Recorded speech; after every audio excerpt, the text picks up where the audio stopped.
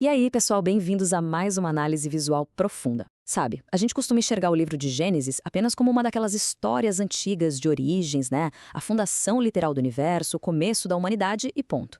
Mas olha só, quando a gente examina as fontes e a estrutura literária desse material milenar mais de perto, a gente nota algo muito, muito mais profundo.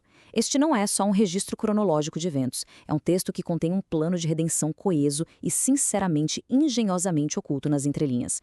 Literalmente, cada evento, cada figura e cada pequeno detalhe serve a um propósito muito maior em toda a narrativa. Certo, então vamos mergulhar nisso. Nossa análise vai passar por 6 eras cronológicas principais. 1. A criação e a queda. 2. Juízo, salvação e símbolos. 3. A fé dos patriarcas. 4. Isaac e a promessa. 5. A história de José. E, finalmente, a seção 6, o grande tema escondido. Para quem está acompanhando o nosso raciocínio, prestem muita atenção nos símbolos escondidos que vão aparecer ao longo do caminho. Vamos lá. Seção 1. A criação e a queda. O início de toda essa linha do tempo. Para a gente se situar bem, deem uma olhada nesse roteiro cronológico.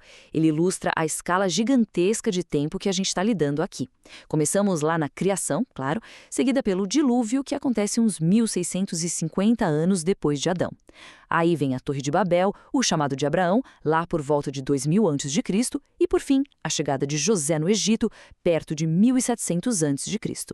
É super importante entender que essa linha do tempo imensa é só a superfície, cobrindo milhares de anos de história humana de um jeito incrivelmente condensado.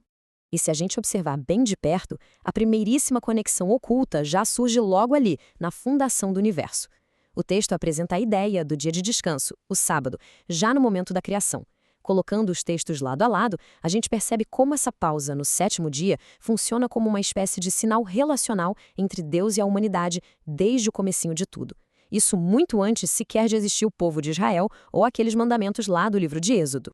Aí, pouco tempo depois da criação, o texto narra o momento tenso da queda. E aqui tem uma citação que é fundamental. O material de origem aponta esse momento em Gênesis 3, versículo 15, como a primeiríssima profecia sobre um Salvador. O texto afirma com todas as letras que a descendência da mulher iria ferir a cabeça da serpente. E o mais interessante é que isso é resgatado lá na frente no Novo Testamento, em Apocalipse 12.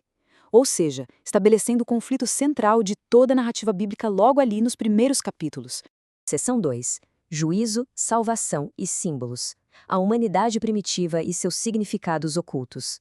Então, a história do primeiro assassinato, aquele entre Caim e Abel, carrega um simbolismo estrutural muito profundo. Abel decide oferecer especificamente um cordeiro, os primogênitos do seu rebanho. Do ponto de vista literário, as fontes mostram que esse detalhe age como um grande sinal luminoso apontando para o futuro. Ele aponta direto para o conceito que vai aparecer no Novo Testamento com a figura de Jesus, que é chamado no Evangelho de João de o Cordeiro de Deus. Então a oferta não é só um detalhezinho aleatório, é uma ponte temática importantíssima. Agora, o que é realmente fascinante nessa parte é o nível de precisão no design. A Arca de Noé, construída para sobreviver ao dilúvio, tem uma especificação para lá de curiosa. Ela tem apenas uma única porta. E o texto conecta diretamente essa única via física de salvação das águas com o caminho singular de salvação espiritual. Isso ecoa de novo lá em João 10, quando Jesus declara: "Eu sou a porta". O julgamento ali é global, imenso, mas o caminho para a salvação é desenhado de um jeito singular, totalmente intencional. Depois que as coisas recomeçam com o dilúvio, a narrativa nos leva para a Torre de Babel. A humanidade, buscando independência absoluta, decide construir uma torre para, nas palavras deles, fazer um nome para si. Ao confundir as línguas ali, a narrativa marca a origem da dispersão dos povos. Mas não é só um evento histórico. A fonte literária liga essa antiga cidade à figura da Babilônia, que vai ressurgir lá no livro do Apocalipse como a representação máxima do orgulho humano e da confusão espiritual. Indo para a seção 3. A fé dos patriarcas. O chamado de Abraão. A história dessa família começa com uma ordem super direta para Abraão: deixar sua terra, sua cultura, largar tudo. Essa jornada que começa ali acaba estabelecendo a definição fundamental do que é fé dentro de todo esse material. Não se trata de uma viagem com destino garantido no GPS, mas sim a disposição de confiar numa direção divina. Como o livro de Hebreus destaca mais para frente, Abraão simplesmente parte sem saber para onde ia. Essa é a matriz literária de como a fé vai ser compreendida em todos esses textos. E aí a gente tem um contraponto bem severo a essa fé cega que acontece durante aquele evento drástico da destruição das cidades de Sodoma e Gomorra. A mulher de Ló, o sobrinho de Abraão, ignora o aviso, olha para trás durante a fuga e acaba virando uma estátua de sal. Analisando friamente e de forma neutra, as fontes explicam que isso simboliza o perigo gigantesco de um coração que, mesmo tendo sido resgatado fisicamente, no fundo continua preso à corrupção e àquele mundo que ficou para trás. Seção 4. Isaque e a promessa. O teste definitivo de fé. Gente, é simplesmente impossível ignorar essa alegação tipológica profunda que o texto faz aqui. É muito forte.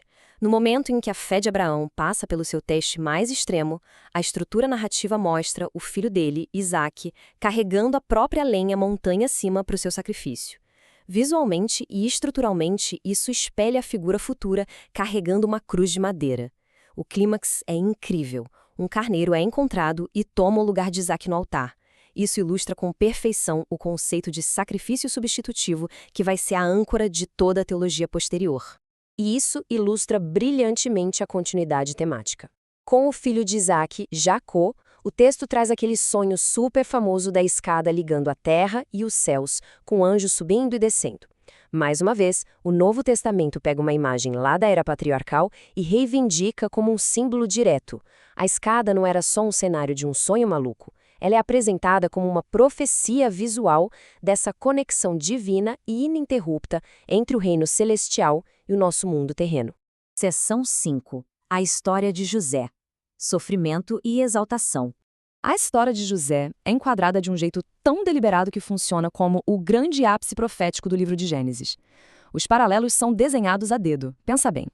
Ele é o filho mais amado do pai, vira alvo de uma inveja absurda dos irmãos, é rejeitado e de forma chocante vendido como escravo por moedas de prata. Esse padrão narrativo não está aí à toa. Ele ressoa com uma precisão matemática com os eventos de traição relatados séculos depois, lá nos evangelhos.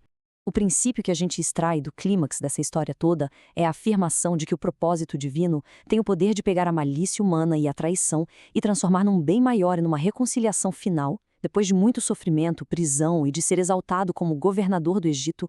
O que José faz? Ele salva justamente os irmãos que o traíram.